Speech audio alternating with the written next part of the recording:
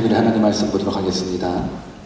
오늘 받으실 하나님의 말씀은 고린도전서 5장 우리 1절에서부터 8절 말씀까지입니다.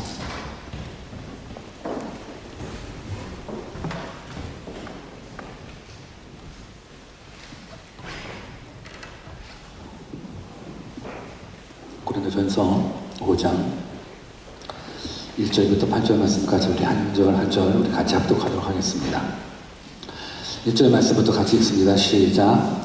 너희 중에 심지어 음행이 있다 함을 들으니 이런 음행은 이방인 중에라도 없는 것이라. 누가 그 아비의 아내를 취하였다 하는도다. 그리하고도 너희가 오히려 교만하여져서 어찌하여 통하니 여기지 아니하고 그 일 행한 자를 너희 중에서 물리치지 아니하였느냐. 내가 실로 몸으로는 떠나 있으나 영으로는 함께 있어서 거기 있는 것 같이 매일 일 행한 자를 이미 판단하였노라.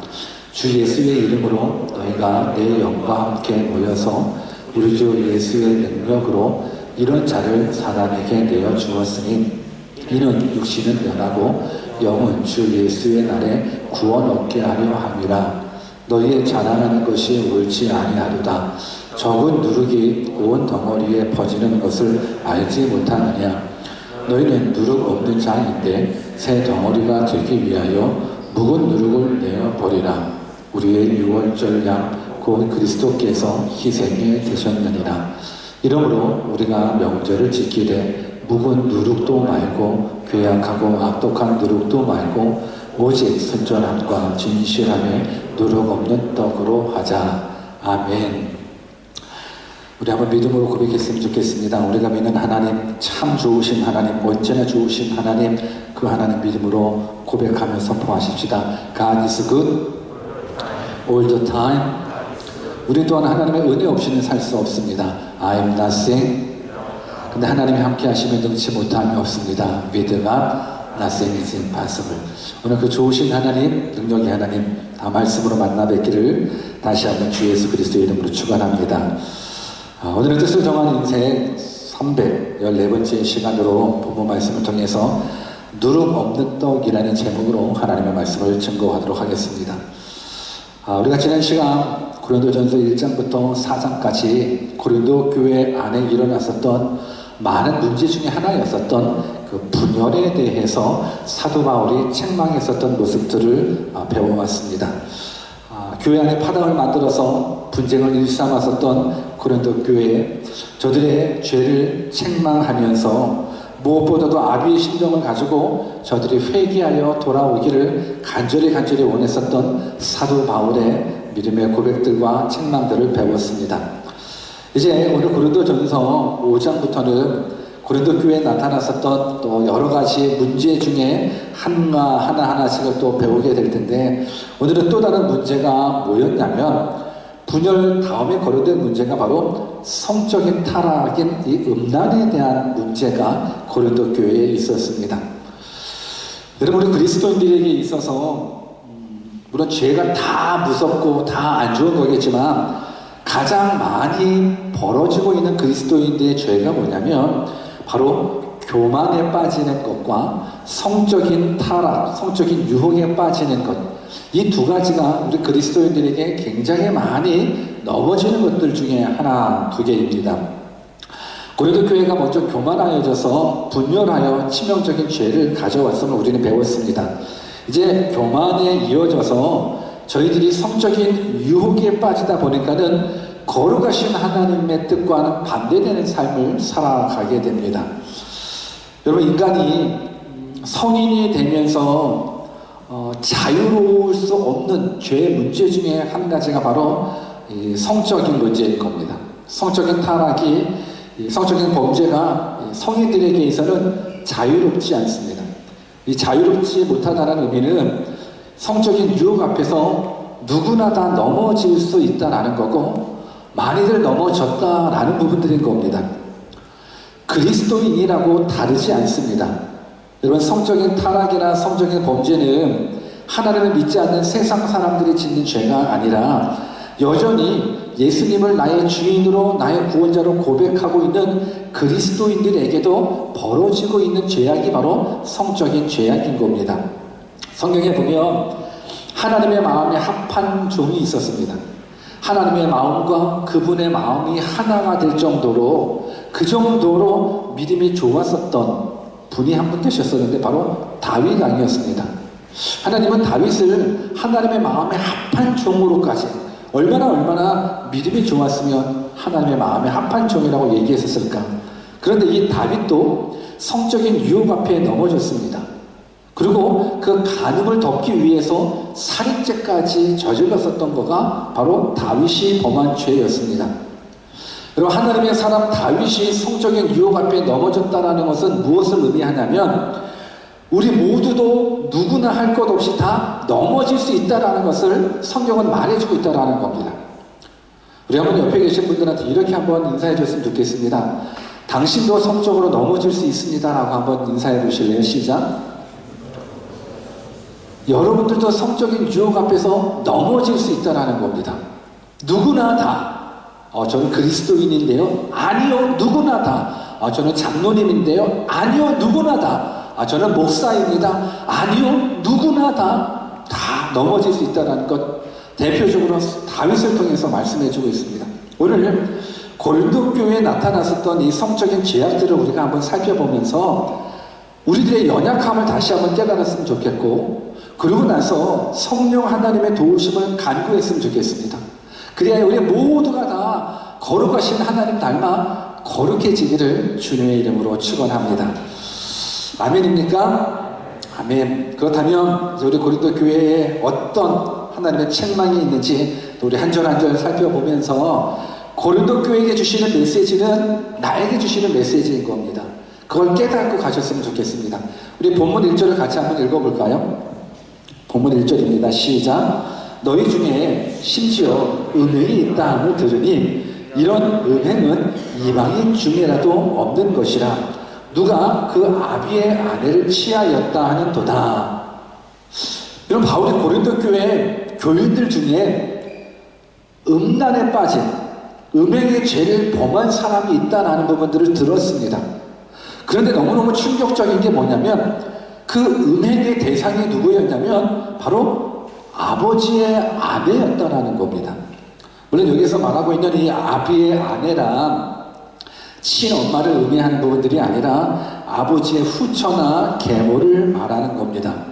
그렇지만 아버지의 아내와 통관을 하는 이 음행은 비록 그 여인이 아버지의 후처나 계모일지라도 이방인 중에도 금하고 있는 죄를 지금 누가 범하고 있냐면, 하나님을 믿고 있는, 예수 믿는 고린도 교회 성도들 중에 이 죄를 범하고 있다는 것을 바울이 들은 겁니다.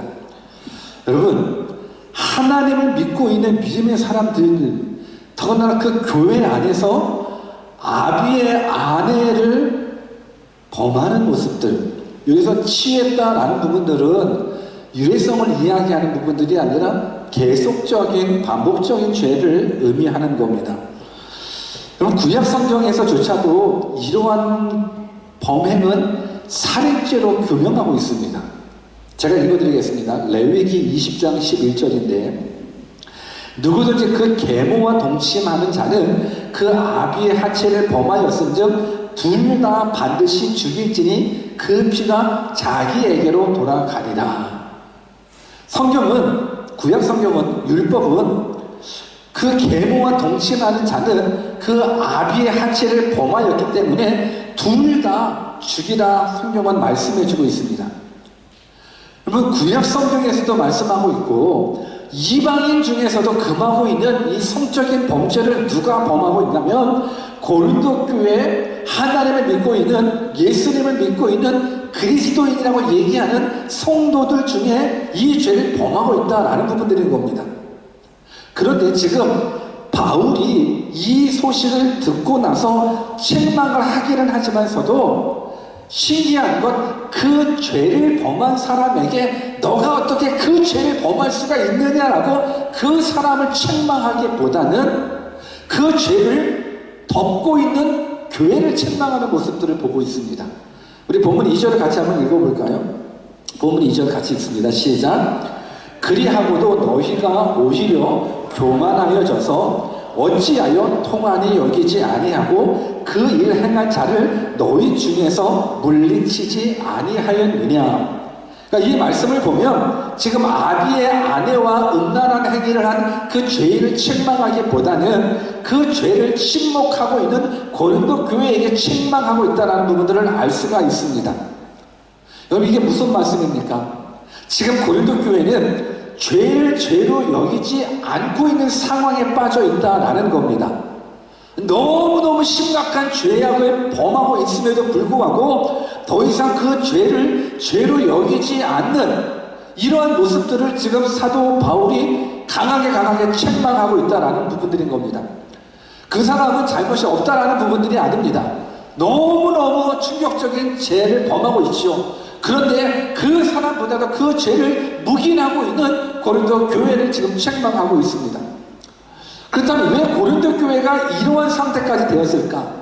아니, 이방인 가운데서도 없는 그 죄악이 하나님을 믿고 있는 거룩을 추구하는 그리스도인들에게 어떻게 나타날 수 있을까? 근데 그것을 보고 왜 교회는 묵인할까? 그 이유가 여러 가지 있을 수 있겠지만 그 중에 한 가지를 떠오른다 그러면 지난번에도 말씀드렸듯이 이 고린도라는 지역이 향락의 도시거든요. 향락의 도시다 보니까는 성적인 타락이 일상이 된 도시이기도 합니다. 무엇보다도 그 고린도라는 지역에는 미의 여신을 섬겼었던 신당이 있었고 그 신당에는 1000명이나 되는 매춘부가 사제의 모습으로 분담을 해서 종교의식을 치른 이후에 서로 성적인 연합을 통해서 그냥 종교의식이 되는 겁니다. 여러분 한번 생각해 보십시오. 그러니까 매일 접하는 부분들이 이 성적인 타락이다 보니까는 고린도 교회 성도들도 그냥 일상으로 보여지는 겁니다. 일상으로 보여지다 보니까는 더 이상 그 죄가 죄로 여겨지지가 않는 모습인 거예요. 그 죄가 보편하게 되다 보니까는 그냥 교회 안에서 아비의 아내를 취했음에도 불구하고 물론 충격일 수도 있겠지만 워낙 타락한 도시에 살다 보니까는 그 타락이 교회 안에도 고스란히 가지고 와서 그냥 아무렇지도 않게 반응하고 있다라는 부분들인 겁니다. 더군다나 잘못된 철학 사상이 고린도 교회 안에 들어왔고 또 잘못된 신앙도 고린도 교회 안에 들어왔었습니다. 그러다 보니까는 이 흉악한 이 통탄해야 될 그 죄악 앞에서도 그냥 무덤덤하게 반응합니다. 그리스 철학에서는 육체를 그렇게 중요하게 여기지 않다 보니까는 여인들 같은 경우도 몸은 다른 사람에게 주어도 마음만 주지 않으면 된다라는 그 사상이 있답니다. 그러다 보니까는 더 자유로운 거예요. 몸은 내가 다른 남자한테 주더라도 내가 마음을 안 주면 그거를 본인은 거룩이라고 깨끗하다라고 생각을 하는 사상이 들어가 있습니다. 더군다나 고린도 교회 안에서 어떤 이당적인 사상들로 들어왔냐면 그냥 육신의 죄는 구원받는 데 영향을 받지 않는다라는 사상이 들어오다 보니까는 그냥 육신의 죄악을 죄로 여기지 않고 구원하는 상관없다라고 생각을 하다 보니까는 그냥 그 교회 안에 그렇게 충격적인 죄가 있음에도 불구하고 그저 묵인하게 되는 겁니다. 근데 사도 바울은 이러한 모든 부분들을 종합적으로 뭐라고 얘기해주고 있냐면 너희가 오히려 교만하여져서 이러한 죄들을 용납했다라고 이야기합니다. 결국 교만 때문이라는 겁니다. 여러분, 교만이 뭐냐면 하나님의 말씀 위에 자기가 서 있는 겁니다. 우리는 하나님의 말씀 아래 살아가야 되거든요. 그런데 교만은 뭐냐면 하나님의 권위 위에 내가 서 있는 겁니다. 여러분, 죄의 기준은 사람이 정하는 것이 아닙니다. 죄의 기준은 세상이 정하는 것도 아니고 정부가 정하는 것도 아닙니다. 죄의 기준은 누가 정합니까? 하나님이 정합니다. 죄의 기준은 성경이 정합니다. 그러니까 성경이 이것은 죄라고 여기면 그건 죄가 되는 겁니다. 그런데 교만해지다 보니까는 하나님은 이것을 죄라고 여겼는데 본인 생각에는 왜 이 사람도 짓고 저 사람도 짓고 육난 죄가 뭐 다 보편하다 보니까는 이 정도 죄는 죄로 여기지 않게 되는 겁니다.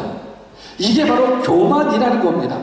성경이 말씀하고 있는 그 죄를 뛰어넘어서 본인이 죄를 짓고 있는 것, 본인이 죄를 정의하고 있다는 겁니다. 여러분, 우리가 한번 생각해 보셔야 됩니다. 죄는 하나님만이 정의하실 수 있고 하나님이 정의하신 죄만이 죄인 겁니다. 우리가 정하지 않았으면 좋겠습니다. 여러분, 교회라는 곳은 사실 죄인들이 모이는 곳이 교회입니다. 우리는 다 죄인들입니다. 죄인들이 모이는 곳이 다 교회인데, 근데 중요한 건 죄인들이 모이는 곳이 교회이지만 그 죄인들이 가지고 있는 죄까지를 다 포용하는 곳이 교회는 아닙니다. 무슨 말인지 아시겠습니까? 죄인들이 오시는 곳 교회 맞습니다. 죄인들을 다 포용하는 곳 교회 맞습니다. 그런데 죄인들이 가지고 있는 그 죄까지를 다 포용하는 곳은 절대 교회가 될 수 없다는 겁니다. 교회의 역할은 죄를 알려주는 겁니다. 죄를 죄라고 인식시켜주는 것이 우리 교회 공동체가 해야 될 일인 겁니다. 여러분들이 그리스도인이라고 그러면 여러분들 옆에 있는, 여러분들 가까이에 있는 믿음의 친구들에게도 죄를 인식시켜주는 것 중요합니다. 죄를 죄라고 알려주는 것, 이 공동체 그리스도인들의 모습인 겁니다. 더 나아가서 죄의 결과가 사망이라는 것, 죄의 결과가 지옥이라는 사실도 알려주는 것이 바로 우리 그리스도인들의 몫이고 우리 교회 공동체의 몫이라는 겁니다. 교회가 이 사명을 감당하지 못하면 다 지옥에 갈 수밖에 없습니다. 성도가 이 사명을 감당하지 못하면 사랑하는 사람을 지옥으로 보낼 수밖에 없습니다. 저는 여러분들이 이런 모습들을 다시 한번 깨닫고 무엇이 죄인지를 좀 알고 죄의 결과가 무엇인지 제대로 깨달아서 하나님이 인간의 몸을 입고 우리를 위해서 십자가에 죽으신 이유가 그 죄로부터 우리를 떠나게 하셔서 영생을 선물로 주기 위함이라는 것, 이 복음이 전파되었으면 좋겠습니다. 그 사명을 감당하는 것이 우리 교회가 되었으면 좋겠고 그 사명을 감당하는 것이 바로 여러분들이 되었으면 좋겠습니다. 지금 고린도 교회는 그 사명을 감당하지 못합니다. 죄인들끼리 모여가지고 세상의 죄까지를 다 포용하고 있습니다. 잘못된 모습들, 잘못은 잘못이라고 깨달을 수 있어야 되는 저는 생각을 합니다. 오늘 고린도 교회에 사도 바울은 비록 몸은 떠나 있지만 고린도 교회가 이런 악한 죄를 범하는 자가 있다라는 부분들을 알고 어떻게 권면해주고 있냐면 우리 본문 3절을 또 같이 읽어볼까요? 같이 읽습니다. 시작. 내가 실로 몸으로는 떠나 있으나 영으로는 함께 있어서 거기 있는 것 같이 이 일 행한 자를 이미 판단하였노라. 바울은 비록 몸은 떠나 있지만 자기의 영은 고린도 교회에 있다라는 것입니다. 비록 몸은 그들과 멀리 떠나 있지만 심령으로는, 마음으로는 항상 고린도 교회에 있다 보니까는 그 문제의 심각성을 깨닫고 그 죄악을 행한 자를 이미 판단했노라 말씀해주고 있습니다. 어떻게 판단을 했고 어떻게 고린도 교회에게 명령하고 있습니까? 본문 4절과 5절입니다. 같이 한번 읽습니다. 시작. 주 예수의 이름으로 너희가 그 영과 함께 모여서 우리 주 예수의 능력으로 이런 자를 사단에게 내어주었으니 이는 육신은 멸하고 영은 주 예수의 날에 구원 얻게 하려 함이라. 사단에게 넘겨줬다라는 부분들은 뭐냐면 하나님께서 통치하시는 이 교회에서 내쫓으라는 거예요. 사단에게 내어주었다라는 건 이제 이 공동체 안에서 내어쫓으라는 부분들인 겁니다. 그리고 육신은 멸하고 라는 부분들은 당연히 육체의 죽음을 의미하는 거겠지만 여기에서는 육체의 괴로움을 준다라는 뜻을 담고 있습니다. 그러면 교회에 쫓아내라는 겁니다. 그가 육신의 괴로움을 가지게끔 교회에서 쫓아내라는 겁니다. 그 악한 죄를 범하고 있는 그 죄인을 내어 쫓으라는 겁니다. 여러분, 초대교회 때는 교회 안에 성도들이 죄를 범하면 출교를 시켜버립니다. 죄를 범하면 내쫓습니다. 오늘날은 어떨까요? 여러분, 우리 교회 안에나 한번 생각해 보십시다. 오늘 우리가 지난 한 주간 동안 살면서 죄를 범했어요. 아니, 과거에 죄를 범했어요. 그 죄가 발각났어요. 어떻게 됩니까? 쫓겨난 적 있으십니까? 쫓겨난 적 없습니다. 여러분, 옛날 초대교회 때는 교회 안에서 징계는 있었습니다. 그런데 오늘날 교회는 징계가 사라져버렸습니다. 죄를 범하면 교회 공동체에서 쫓아내야 되는데 오늘날의 교회는 죄를 범했다 하더라도 교회에서 징계 내려지지 못합니다. 물론 그때와 오늘날은 다른 모습을 가지고 있기는 합니다. 왜냐하면 그 당시는 신앙이라는 것과 삶이라는 것이 하나였었습니다. 믿음과 삶은 하나였었습니다. 물론 우리도 그렇게 살아가야 되는데 우리는 그렇게 살아가지 못합니다. 이게 문제입니다. 여러분, 이슬람 한번 생각해 보십시오. 이슬람도 삶이랑 종교랑이 하나가 된 공동체가 이슬람입니다. 그래서 저들은 분명하게 출교도 있고 징계가 있습니다. 그런데 우리 교회 공동체에서는 이제는 징계는 없습니다. 오히려 죄를 범해서 징계를 하게 되면 그 죄인은 죄송합니다. 내가 하나님의 뜻대로 살지 못했습니다. 내가 죄인입니다. 용서해 주십시오. 라고 징계할 때 회개의 기회를 갖기보다는 징계받으면 내가 이 교회 말고 뭐 다른 교회가 없어? 어디 나의 죄를 지적해? 라고 하면서 그냥 이 교회에서 쫓겨나면 저 교회로 갑니다. 물론 오늘날도 징계가 있는 공동체가 있습니다. 당연히 이 공동체 가운데서 징계는 있어야 되는 겁니다. 묻었다고 뭐 죄를 졌다고 해서 다 내어쫓는 부분들은 아닐 수 있고, 우리는 다 죄인인데 어떻게 다 내어쫓겠습니까? 그 당시에 이 모습들은 그냥 교회와 교회 확실한 멤버들이 한해 서일 겁니다. 그리고 그럴 수밖에 없는 모습들인 거고. 근데 오늘날 비록 우리들 가운데서 징계는 없을지라도 제가 여러분들이 죄 졌다고 대형교회에서 나가라고 쫓지는 않을지라도 하나님의 말씀을 기준으로 여러분들이 죄가 드러난다 그러면 충분히 하나님의 징계를 받고 돌이킬 수 있는 회개의 기회를 여러분들이 다 가졌으면 좋겠습니다. 그럼 지금 사도 바울이 고린도 교회에 죄를 범한 사람들, 죄를 범한 이 죄를 내쫓으라라고 이야기를 하는데 이 징계의 목적은 단순하게 내치는 것이 아닙니다. 그냥 정죄하고 처벌하는 부분들의 목적이 아니라 회개하여 구원받을 수 있는 기회를 주기 위함으로 그 성도들을 내어치라 얘기하는 겁니다. 한 개인을 교회 안에서 내어쫓는 것이 징계의 목적이 아닙니다.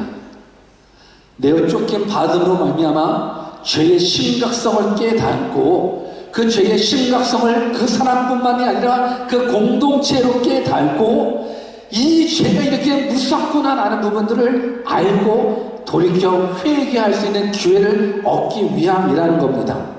그래서 비록 교회에서 내쫓김 당하여 출교를 당하면 육체적으로 고통을 당할 수밖에 없습니다. 자존심 상할 수밖에 없습니다. 그러나 비록 자존심 상하고 육체적으로 고난이 있을지라도 회개하여 돌아올 수 있다는 것, 이것이 전제가 되어 사도 바울은 교회 안에서 아비의 아내를 취한 그 사람을 내어쫓으라 얘기해 주고 있다는 겁니다. 저는 여러분들이 이 모습을 보면서 다시 한번 죄에 대한 모습들을 깨달았으면 좋겠습니다. 여러분, 죄 문제 해결 없이는 우리 인생 가운데 진정한 복은 없습니다. 많은 성도들이 교회를 다니고 예수님을 믿는 이유 중에 한 가지가 나의 어려움이 해결되는 것, 내가 예수님을 믿고 교회를 다니는 것, 하나님의 도움을 받아서 이 땅에서 평안을 누리고 성공하고 뜻을 이루는 것이라고 생각하지만, 여러분들, 우리가 예수님을 믿고 교회를 다니면서 하나님을 예배하는 부분들이 이 세상에서 잘 먹고 잘 살기 위한 부분들이 아닌 겁니다. 결국 죄의 문제를 해결해야지만 진짜 복을 누리는 겁니다. 그러니까 내가 이 세상에서 복을 누리기 위해서 하나님 앞에 나온다는 것, 그래요, 잘 나왔습니다, 좋습니다. 그러나 죄의 문제 해결 없이는 이 세상에서 아무리 성공한다 할지라도 그 성공은 복이 되지 못합니다. 죄의 문제 해결 없이 사업에 성공하는 건 복이 아니라 저주가 될 수 있습니다. 죄의 문제 해결 없이 이 세상에서 나의 뜻을 다 이룬다 할지라도 그건 복이 될 수 없습니다. 여러분, 성경 그 어느 구절에서도 죄의 문제 해결 없이 하나님의 은혜와 하나님의 사랑과 하나님의 복을 약속한 적이 없습니다. 성경은 말합니다.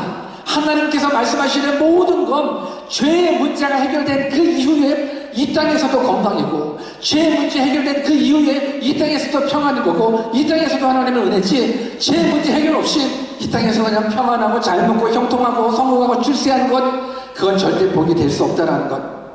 이 문제를 여러분들이 다 깨달았으면 좋겠습니다. 우리 한번 옆에 계신 분들한테 죄의 문제 해결 없이 축복 없습니다라고 한번 인사해 주실래요? 시작. 죄 문제 해결 없이는 이 땅에 축복 없습니다. 성공 없습니다. 그렇다면 왜 바울은 그 죄를 범한 자에게 회개를 촉구시키기보다는 그 죄를 보고 묵인한 성도들에게 강하게 책망하고 있을까? 다음 구절이 그 이야기를 얘기해주고 있습니다. 본문 6절입니다. 같이 한번 읽어볼까요? 시작. 너희 자랑하는 것이 옳지 아니하도다. 적은 누룩이 온 덩어리에 퍼지는 것을 알지 못하느냐. 여러분들, 지금 왜 바울이 고린도 교회에게 그 아비의 아내를 취한 그 죄인을 내어 쫓으라 라고 하면서 그 죄인에게만 포커스 맞추는 부분들이 아니라 그 죄를 묵인한 성도들에게 포커스 맞춰서 왜 이러한 모습들을 책망하고 있냐면, 성경이 말하는 겁니다. 너희의 자랑하는 것이 옳지 아니하도다. 적은 누룩이 온 덩어리에 퍼지는 것을 알지 못하느냐. 결국 누룩 이야기를 합니다. 근데 누룩 이야기를 하기 전에 너희의 자랑하는 것이 옳지 않다라고 이야기합니다. 여기에서는 성경이 구체적으로 지금 고린도 교회 성도들이 무엇을 자랑하고 있는지 표현해 주고 있지는 않지만, 다른 서적들에 보면 지금 고린도 교회가 누굴 자랑하고 있냐면 아비의 아내를 취한 그 사람을 자랑하고 있다는 겁니다. 왜 자랑하고 있냐면, 그 성도가 뭐 자세히는 모르지만 우리가 짐작할 수 있습니다. 그 성도가 교회 안에 영향력 있는 사람, 명성이 있는 사람, 유명한 사람, 힘 있는 사람, 권세 있는 사람이 내 교회를 출석하고 있다는 겁니다. 여러분, 한번 생각해 보십시오. 우리 교회 안에도 누가 오면 우리가 우리 교회 안에 누가 다녀 라고 자랑할 수 있을까요? 누가 정말로 유명한 사람이 우리 교회에 이름만 대면 막 유명한 사람이 우리 교회에 다니면, 근데 그 사람이 죄를 범하고 있는 거예요. 아비의 아내를 취하는 성적인 타락을 범하고 있음에도 불구하고 그건 괜찮아, 그 사람이 우리 교회에 출석하고 있어, 그 사람이 고린도 교회 교인이야 라고 자랑하는 이 모습들을 지금 사도 바울이 듣고 너희의 자랑하는 것이 옳지 아니하다라고 이야기를 하고 있는 겁니다. 그러면서 적은 누룩이 온 덩어리에 퍼지는 것을 알지 못하느냐. 그러니까 결국 그 사람을 징계해야 될 이유가 있습니다. 그 죄를 징계하지 않았거든요. 오히려 고린도 교회는 내가 이런 죄인까지도 품을 수 있는 사랑의 사람이라고 착각하고 있는데, 바울은 내치라는 겁니다. 근데 내칠 수밖에 없는 그 이유가 뭐냐면, 적은 누룩이 온 덩어리에 퍼지는 것을 알지 못하느냐라는 것. 여러분, 누룩이 뭡니까? 빵을 만들 때 그 누룩 집어넣으면 그것이 발효가 돼가지고 막 부풀어지지 않습니까? 이게 바로 누룩인데, 이 누룩은 물가루를 발효시켜서 크게 확장시키는 작용을 하는 겁니다. 근데 이것이 성경에는 어떻게 사용되고 있냐면, 이 누룩이 바로 죄의 역할을 감당하고 있다는 겁니다. 그러니까 누룩은 영적으로 보면 죄의 전염성을 얘기해주고 있는 겁니다. 비록 작은 누룩일지라도 밀가루 안에 들어가면 어마어마하게 커지잖아요. 그거 잘 몰라요? 한번 밀가루 반죽에 한번 누룩 집어넣어 보십시오. 우리가 호떡 만들 때 그렇게 되지 않습니까? 그게 바로 죄라는 부분들인 겁니다. 비록 작은 죄일지라도 그 죄가 누룩과 같아서 그 죄를 받아들이는 그 순간 그 죄는 누룩과 같아서 확장된다는 겁니다. 번진다는 겁니다. 전염된다는 겁니다. 그래서 무섭다는 겁니다. 지금 고린도 교회에 그 죄가 들어왔는데 그 죄를 용납하고 있습니다. 용납하고 있기 때문에 사도 바울이 내가 치라라는 겁니다. 왜? 그 죄는 누를 것 같기 때문에 너희가 그 죄를 용납하는 그 순간 그 죄가 고린도 교회에 다 들어와서 다 전체적으로 영향을 끼친다라는 겁니다. 여러분, 음란, 이러한 죄악을 우리가 방치하잖아요. 그러면 다른 사람들의 죄, 다른 사람들 다 영향을 받을 수밖에 없고, 그러면 다 온 공동체가 다 부패할 수밖에 없어요. 아니, 아비의 아내를 취한 성적으로 타락한 그 음란한 사람을 우리가 받아들이고 사랑하고 오냐 하면 사람들이 어떻게 생각해요? 아, 그건 죄도 아니구나라고 생각을 하는 겁니다. 그 정도는 죄가 아니다라고 생각을 하다 보니까는 이제 그 아래 것들은 다 죄를 범할 수밖에 없습니다. 여러분, 우리가 정신 차려야 되는 게 이 세상이 이제 정부가 사람이 죄를 정의하게 되는 겁니다. 동성애도 마찬가지입니다. 이 세상은 동성애가 죄가 아니다라고 이야기를 합니다. 이제는 동성애를 합법한 나라이기 때문에 동성애는 죄가 아닌 겁니다. 아, 아니구나 하기 때문에 그 안에 있는 사람들은 다 동성애를 걸면 자유로울 수밖에 없는 겁니다.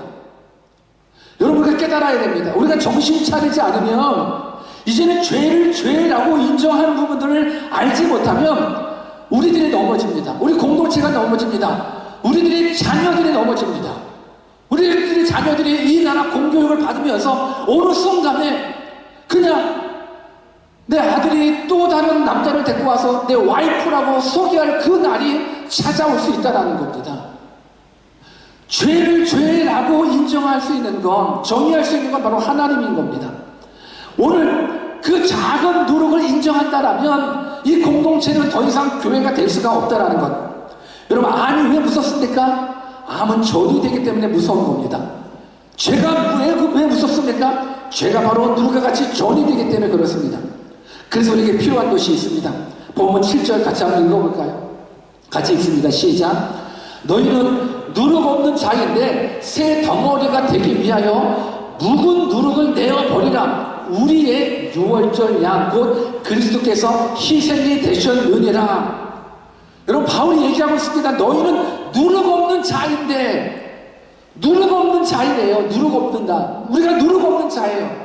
왜 누룩 없는 자냐면 원래는 누룩이 있었습니다. 원래는 지옥 갈 죄를 품고 있는 자였었습니다. 그런데 유월절 양이신 예수 그리스도가 십자가에 돌아가심으로 말미암아서 내 안에 있는 지옥 갈 누룩이 사라져 버려서 원래는 누룩 없는 자였습니다. 그래서 지금 사도 바울이 말하는 겁니다. 너희는 누룩 없는 자인데 새 덩어리가 되기 위하여, 새로운 피조물이 되기 위하여 어떻게 하라고?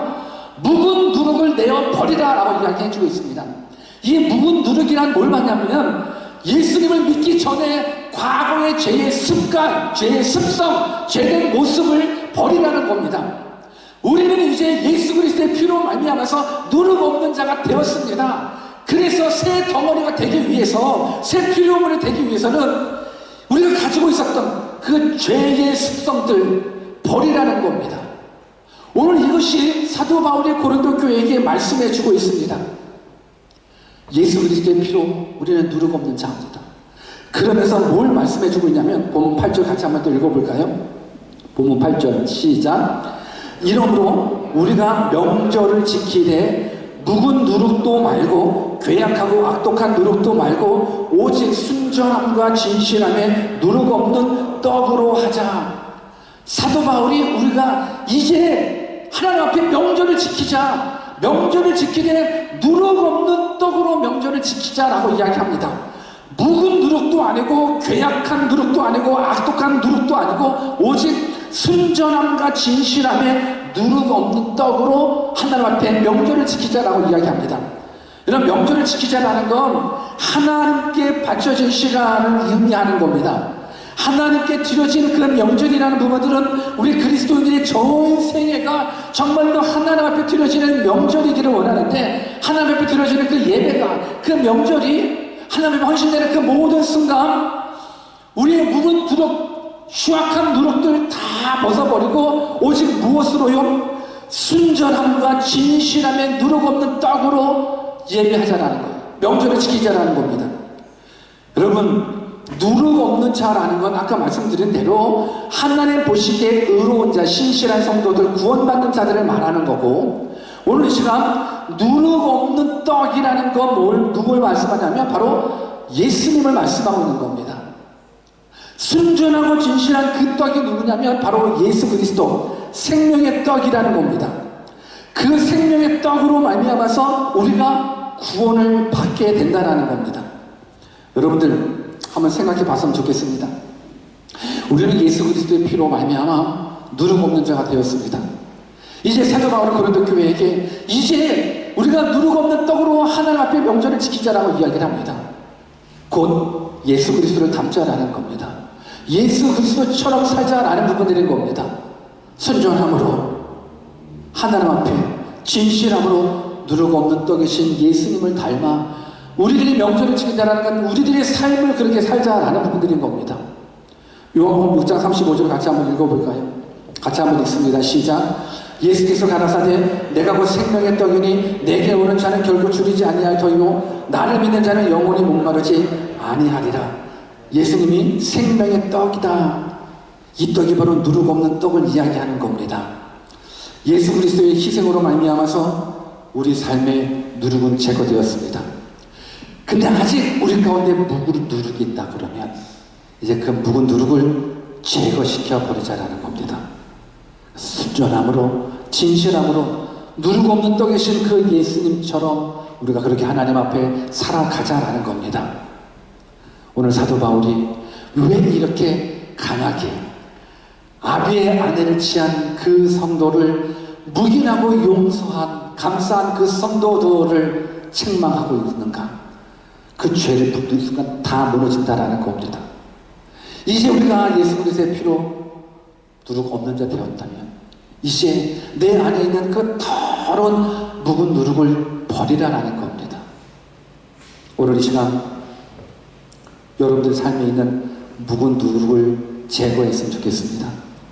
결단했으면 좋겠습니다. 여러분들이 교회 안에서, 여러분들이 바로 교회인데 교회인 여러분들이 죄에 대해서 민감하게 반응하지 않으면 여러분들이 무너지고 여러분들의 가정이 무너지고 여러분들의 자녀가 무너집니다. 교회는 거룩해야 됩니다. 교회이신 여러분들도 거룩하신 예수님처럼 순전하고 진실한 예수님처럼 정말 묵은 누룩 없이 그렇게 살아갈 때 하나님이 여러분들의 삶 속에서 일해 주시리라 믿습니다. 말씀을 마칠까 합니다. 여러분들의 죄악된 모습들 이제 십자가 앞으로 가져오십시오. 죄악된 모습들 감출 필요 없고 속일 필요 없이 예수 그리스도 십자가 앞으로 다 가져가십시오. 그래서 이제부터는 예수님 닮아 순전하고 진실된 그 무릎 그런 모습을 가지고 하나님을 찬양하며 하나님을 높이며 거룩하게 살아가는, 그리고 우리 삶 가운데 그 어떤 죄도 용납하지 않는 그런 참된 믿음이 여러분들의 삶이 되기를 간절히 주 예수 그리스도의 이름으로 축원합니다. 우리 같이 한번 기도했으면 좋겠습니다. 이 시간 혹시 여러분들 삶 가운데 있는 죄의 누룩을 여러분들이 받아들이고 있지는 않는지 한번 생각해 봤으면 좋겠습니다. 지금 여러분들이 범하고 있는 그 죄를 여러분들이 그냥 묵인한다면, 이 정도 죄는 괜찮다라고 여러분들이 받아들여진다면 여러분들의 영혼은 무너집니다. 이 정도 죄라면 괜찮겠지 하는 그 순간 여러분들의 가정도 여러분들의 공동체도 무너질 수밖에 없습니다. 죄를 당연하게 여기지 않았으면 좋겠습니다. 오늘 이 시간 하나님, 내가 죄에 대해서 민감하게 반응하게 해달라고 기도했으면 좋겠습니다.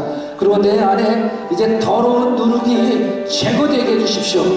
이제 다시금 이제는 예수의 피로 누룩 없는 자 되었사오니 이제 묵은 누룩을 제거할 수 있는 그런 믿음 달라고, 과거의 죄의 습관 버릴 수 있는 믿음의 사람 되게 해달라고 우리 같이 한번 주신 말씀을 잡고 기도하겠습니다. 기도하십시다.